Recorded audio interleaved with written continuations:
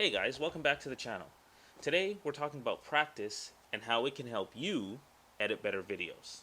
Do you want to speed up your learning curve? Practice is a surefire way to do that. So whether you're playing sports, learning a new instrument, or learning some other skill, consistently practicing is the way for you to improve exponentially. Why do I say that?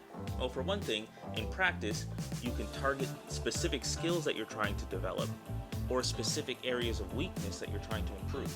For your practice to be effective, you want those sessions to closely mimic what you're actually going to be called on to do. Elite athletes, when they practice, their practice sessions are more difficult than the actual competition they're practicing for. So by the time they get to the competition, they know they're ready because it won't be as difficult as what they were doing in practice. That's why, for example, you'll see athletes that maybe need to sprint fast in order to play their sport, or if they do track and field, you'll see them run with weights or parachutes. Well, during the game, they're not going to have that parachute on. So what they're asked to do during the game is actually easier than what they're calling on their muscles to do during practice. Okay, so how do we take that idea and apply it to our videos? If you only ever shoot or edit when you're doing a serious project or client work, then your improvements will be very small. When you're doing client work, are you likely to experiment with something you've never tried before? Probably not, right? You're gonna play it safe. You're gonna stick to what you know because this is serious. You're getting paid for this project. You wanna make sure it's as good as you can make it. In practice, there's no pressure. So you can experiment with something. Either it works or it doesn't. But either way, you learn something. The things that don't work, you can just eliminate them right off the bat.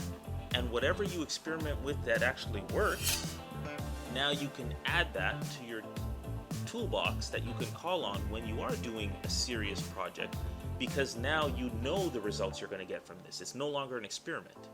So when it comes to editing videos specifically, how can we get our reps in, so to speak? Well, I'll give you 3 ways. And I'll tell you right now, you're not going to like the first one. Number 1, re-edit your old footage. I told you weren't going to like it. You probably have footage from projects that you've done in the past sitting on your hard drive or on your computer somewhere, right? And when you re-watch those old videos that you've made, have you ever said to yourself, if I was doing that again, I would do that totally different? Well, prove it. Take that old footage and challenge yourself to come up with something new, something fresh, using it. So I had to take a quick break from filming because I just had someone walk in, but we're going to get set up again and get right back to it.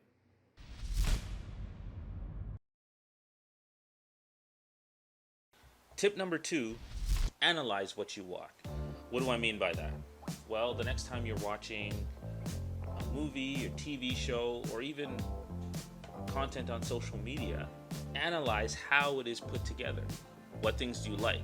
What do you not like about it? But go further than that. Try to identify specifically why you like something or what it is that you don't like. And then you can take those concepts and implement them in your own projects. So this is a way to get your reps in without actually sitting in front of a computer and editing anything. Tip number 3, use stock footage. Now here's where you can really get your reps in, because unlike footage that you shot yourself, you don't have any control over the shot selection. You just have to take whatever you're working with. So if you went out to shoot a project, you probably had a shot list, you had a story in mind, you had an objective for that project, and that dictated the types of shots you got. Well, with stock footage, you don't have any of that.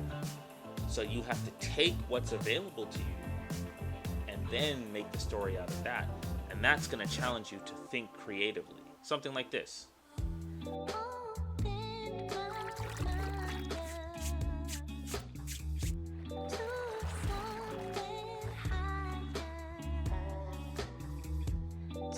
I use Artlist. That's just my preference. You can use whatever stock library you want. The idea is still the same. That's it. Those are 3 tips you can use to practice your editing and get your reps in, so to speak, so that you'll be ready for the next time you're working on a serious project or you're doing client work. Thanks again for watching, guys. I appreciate all 58 of you that have subscribed to this channel so far. And I also appreciate those of you that haven't subscribed yet, but that take some of your time to watch my videos. I hope you got something from this one, and we'll see you guys